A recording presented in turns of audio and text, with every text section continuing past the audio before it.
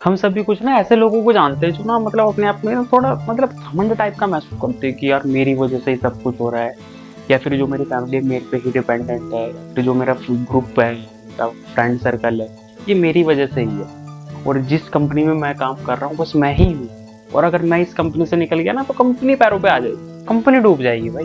कुछ लोग ऐसा सोचते हैं, और क्या पता ऐसा आप खुद भी सोचते हैं। तो प्रणाम आप सभी को। तो इस क्वेश्चन का आंसर जानना चाहते हो तो एक कहानी के माध्यम से आपको बताने की कोशिश करूंगा, क्या ऐसा सोचना सही है या गलत। ये कहानी है दिल्ली की एक पुरुषोत्तम नाम की लड़की की। पुरुषोत्तम बहुत मेहनत से काम करता है और उसकी फैमिली में एक छोटा भाई, उसकी बूढ़ी माँ और एक कुंवारी बहन होती है। तो जैसा कि वो एक लौता वही होता है उसकी फैमिली में जो कि पूरी फैमिली को चलाता है, और जिसके थ्रू उसकी फैमिली सर्वाइव कर पाती है। सो वो काम करता रहता है, अपने फैमिली की देखभाल और अपने फैमिली को चलाता है। बेसिकली वो ना अपनी सोच में पड़ जाता है कि यार बस मैं ही हूँ। जैसे कि मैंने आपसे भी पूछा ना, कि वो उसी तरीके से सोच में पड़ जाता है कि यार मेरी फैमिली ना बस टोटली मेरे पे डिपेंडेंट है, अगर मुझे कुछ हो गया या कुछ भी ऐसा वैसा हुआ तो मेरी फैमिली ना रोड पर आ जाएगी, और मुझे नहीं लगता कि मेरी फैमिली सर्वाइव भी कर पाएगी। तो वो बस इसी को डेली सोचता रहता है, सोचता रहता है, सोचता रहता है कि यार मेरे बाद मेरी फैमिली का क्या हो, मेरे बाद मेरी फैमिली का क्या हो। फिर उसे पता चलता है कि पास ही के गाँव में ना एक महात्मा बुद्ध आए हैं जो कि बहुत ज़्यादा ज्ञानी है, और वो आपको तो पता ही है उसके मन में ये क्वेश्चन चल रहा है बार बार कि मेरे बाद फैमिली का क्या होगा, मेरे बाद फैमिली का क्या होगा, वो मेरे पे ही डिपेंड है, मैं ही हूँ जो हूँ मेरी फैमिली के लिए, मेरे बाद रोड पे आ जाए, ऐसा हो जाए वैसा हो जाए, और सोच में पड़ रहा है। तो होता क्या है, वो फिर निश्चय करता है कि मुझे महात्मा बुद्ध के पास जाना चाहिए, और मैं अपने इस क्वेश्चन का ना आंसर पूछने की कोशिश करूंगा महात्मा बुद्ध से। अगर वो इतने ही ज्ञानी है तो वो जरूर मुझे इस क्वेश्चन का आंसर जरूर बता। सो वो जाता है, फिर महात्मा बुद्ध से मिलता है, और महात्मा बुद्ध को अपने आप भी बताता है कि मेरी जो फैमिली है वो टोटली मेरे ऊपर डिपेंडेंट है, अगर मुझे कुछ हो गया तो वो तो रोड पे आ जाएगी, फिर बाद मेरी फैमिली का क्या हो। फिर महात्मा बुद्ध बोलते क्या तुम्हें सच में इस जो प्रश्न है उसका आपको उत्तर जानना।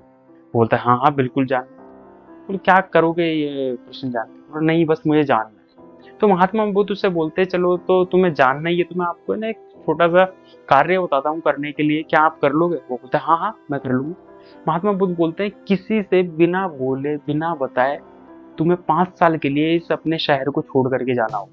पुरुषोत्तम एकदम से चकित हो जाता है कि ऐसा कैसे होगा, मेरी फैमिली रोड पे आ जाएगी, मैं तो इसी के लिए आया था आपके पास और आप बोल रहे हो फैमिली को छोड़ के जाना। तो महात्मा बुद्ध बोलते हैं हाँ जी, शर्त यही है कि आपको किसी को बिना बताए, यहाँ तक अपनी फैमिली को भी बिना बताए ना 5 साल के लिए इस शहर को छोड़ कर। और फिर पुरुषोत्तम ऐसा ही। फिर दूसरे दिन ना पुरुषोत्तम क्या करता है, अपने कपड़े उपड़े पैक करता है और आधी रात को घर छोड़ करके चला जाता है, किसी को बिना कुछ बताए बिना, जैसा कि सन्यासी महात्मा बुद्ध जी ने कहा। फिर धीरे धीरे दिन बीतने लगते हैं, कुछ हफ्ते बीतते हैं, महीने बीतते हैं, और धीरे धीरे करके पूरे 5 साल ना पुरुषोत्तम को कंप्लीट हो जाते हैं उसकी फैमिली के बिना रहे। फिर अपने घर पे जाता है, जैसा कि सन्यासी ने बोला था, जैसे तुम्हें 5 साल पूरे हो जाएंगे तुम वापस अपने घर पे जा सकते हो, तुम्हें तुम्हारे प्रश्न का उत्तर मिल जाएगा।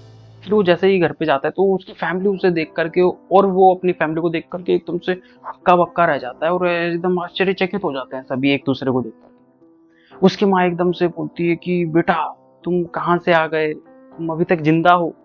और वो देख करके हैरान हो जाता है कि माँ वगैरह सब ऑल डन है, सब बहुत ज्यादा फर्स्ट क्लास है।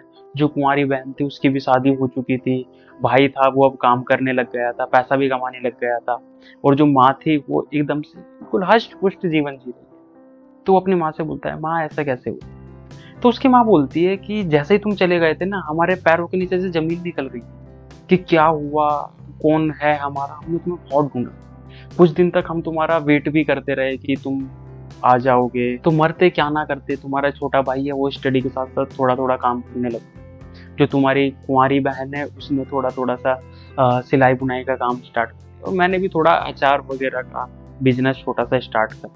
धीरे धीरे करके हमने पैसे जोड़े, तुम्हारी जो कुंवारी बहन थी उसकी शादी कर दी, और धीरे धीरे करके हम अपना जीवन व्यतीत। सो इसको देख करके ना पुरुषोत्तम को अपने क्वेश्चन का आंसर मिल जाता है कि किसी के भी बिना कुछ भी नहीं रुकता। अफसोस जरूर होता है बट कुछ टाइम का होता है, उसके बाद सब कुछ ऑल ओके हो जाता है, और किसी एक पर्सन के पीछे कभी भी जिंदगियां नहीं रुका करती। तो तुम्हारा भी ये बिल्कुल सोचना बिल्कुल गलत है कि मैं ही हूँ जो हूँ, या मेरे ऊपर ही लोग डिपेंड है। कोई किसी के लिए नहीं रुकता। समय एक ऐसी चीज है जो हर किसी को अपने साथ ढलने के लिए मजबूर है। सो होप करता हूँ कि आपको स्टोरी बहुत अच्छी लगी होगी और आप सभी को आपके क्वेश्चंस का आंसर मिल गया होगा।